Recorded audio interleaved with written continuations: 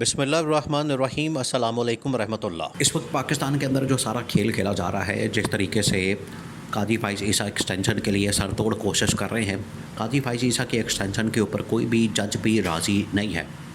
دیکھیں، پوری کی پوری عدلیہ اور عدلیہ سے جڑے ہوئے لوگ، جس کے اندر وکلاء بھی شامل ہیں، ججز بھی شامل ہیں، وہ بھی اس گند کے اندر نہیں آنا چاہتے، اس گند کے اندر ملوث نہیں ہونا چاہتے جو کہ ایکسٹینشن کا کھیل ہے۔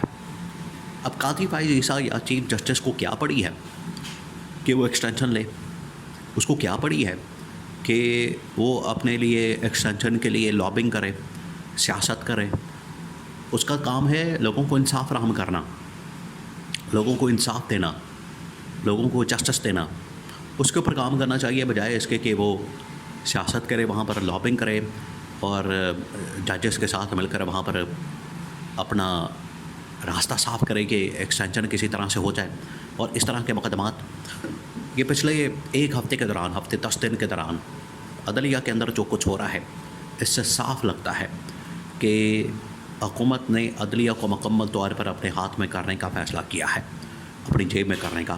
اور یہ معاملہ یہ پچھلے 6 مہینے سال سے یہ سوچ پائی جاتی ہے، 6 مہینے سال سے، کہ عدلیہ کو کسی طرح سے کنٹرول کیا جائے۔ کیونکہ عمران خان کو جب بھی کنٹرول کرنے کی بات ہوتی تھی تو عدلیہ میں کچھ نہ کچھ ججز جو آئین اور قانون کے مطابق کام کرنے والے ہیں وہ رکاوٹ بن جاتے تھے، جس کی وجہ سے عمران خان کے اوپر ہاتھ ڈالنا بڑا مشکل ہو جاتا تھا۔ تو پھر یہ فیصلہ کیا گیا کہ کیوں نہ پہلے عدلیہ کو کنٹرول کیا جائے، پھر اس کے بعد عمران خان کو کنٹرول کیا جائے، پھر عمران خان کے اوپر ہاتھ ڈالا جائے، پھر عمران خان کو پکڑا جائے، عمران خان کو مکمل اپنے ہاتھ میں کیا جائے۔ لیکن اس کے لیے عدلیہ کے اوپر کنٹرول کرنا بڑا ضروری ہے۔ یہ فیصلہ کیا گیا۔ اس کے بعد پھر یہ ترمیم کا راستہ نکالا گیا۔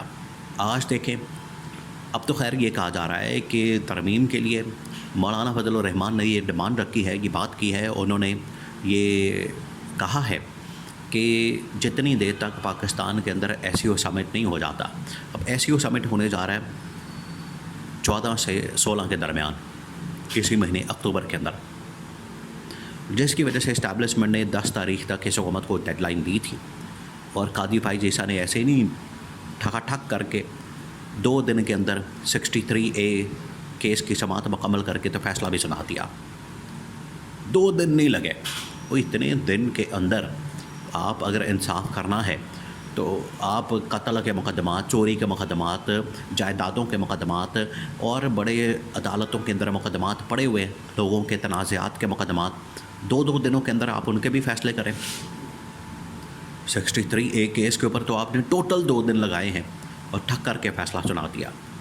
تو اگر آپ لوگوں کو بھی انصاف فراہم کریں، چلے 2 دن آپ 4 دن لے لیں، تو یہ جس بنیاد کے اوپر یہ کہا جاتا ہے کہ عدالت کے اندر بڑے کیسز ہیں، بڑے مقدمات ہیں، تو یہ تو ٹوٹل 2 مہینے لگیں سارے کے سارے مقدمات ختم ہو جائیں۔ اگر آپ اسی طرح سے 2 دنوں کے اندر اندر مقدمات سننا شروع کر دیں اور وہاں پر 10 12 گھنٹے بیٹھیں ججز، تو کسی قسم کی وہاں پر مسئلہ ہی نہ ہو، پرابلم ہی نہ ہو، جس طریقے سے اس میں فیصلہ دیا گیا۔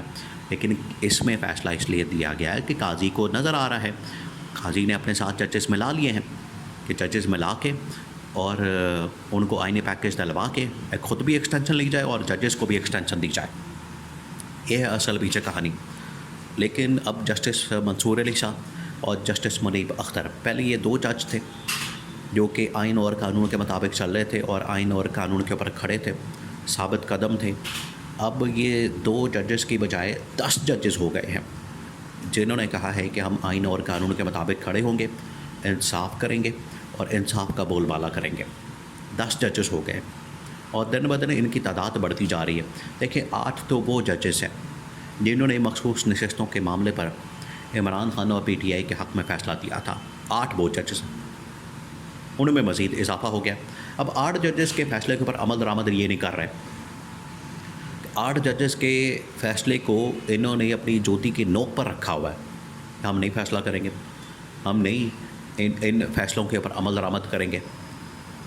اب یہ والا جو فیصلہ ہے، اس کے اوپر تو 2 دن لگے اور 2 گھنٹے 2 منٹ کے اندر عمل درآمد بھی ہو جانا ہے۔ 63A 2 دن کے اندر فیصلہ آ گیا اور 2 منٹ کے اوپر عمل درآمد بھی ہو گیا۔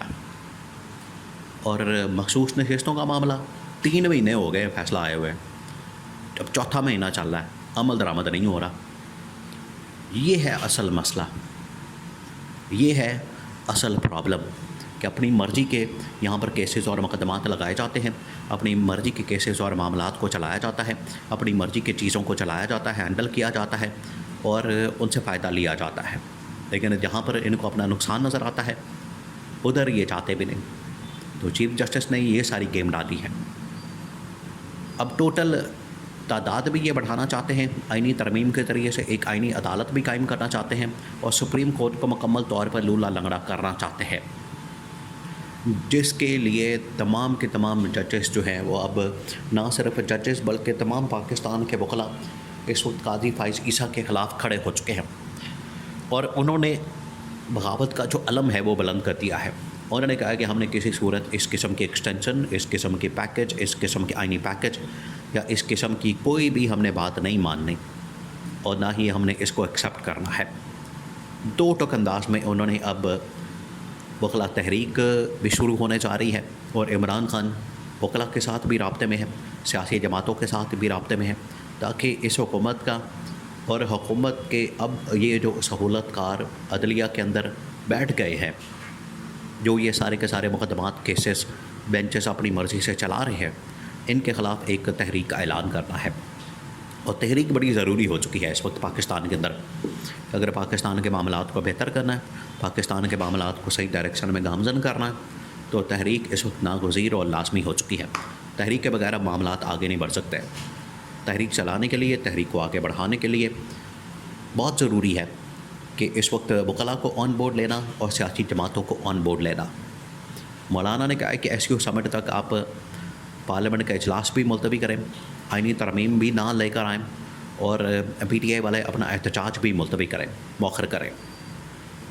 تو یہ آئینی ترمیم نہیں کرتے، یہ تو بڑی اچھی بات ہے، لے جائیں 25 تک، اگلے مہینے لے جائیں، اتنی دیر تک قاضی فائز عیسیٰ ریٹائر ہو جائے گا۔ یہ چاہتے ہی نہیں کہ قاضی فائز عیسیٰ ریٹائر ہو، یہ ادھر بھی رکھنا چاہتے ہیں، ادھر بھی رکھنا چاہتے ہیں۔ یہی ان کا پرابلم ہے کہ اپنی مرضی کے ججز لا کے بٹھا کے ان کے ذریعے سے اپنی مرضی کے منشا کے مطابق فیصلے دلوا کے اپنی حکومت کو دوام بخشا جائے۔ لیکن ایک مرتبہ عمران خان نے کال دے دی، عوام تو سڑکوں پر آ چکی ہے، اب وکلاء کو بھی کہہ دیا گیا ہے، وکلاء سڑکوں پر آ گئے، عوام بھی سڑکوں پر آ گئی، تو اس حکومت کا کچھ نہیں بچنا۔ حکومت صرف چند دن کی مہمان ہے، جو سازشیں ہو رہی ہیں اس کے نتیجے کے طور پر حکومت کم از کم نہیں بچ سکے گی، خود اپنی بوجھ کے نیچے آ جائے گی۔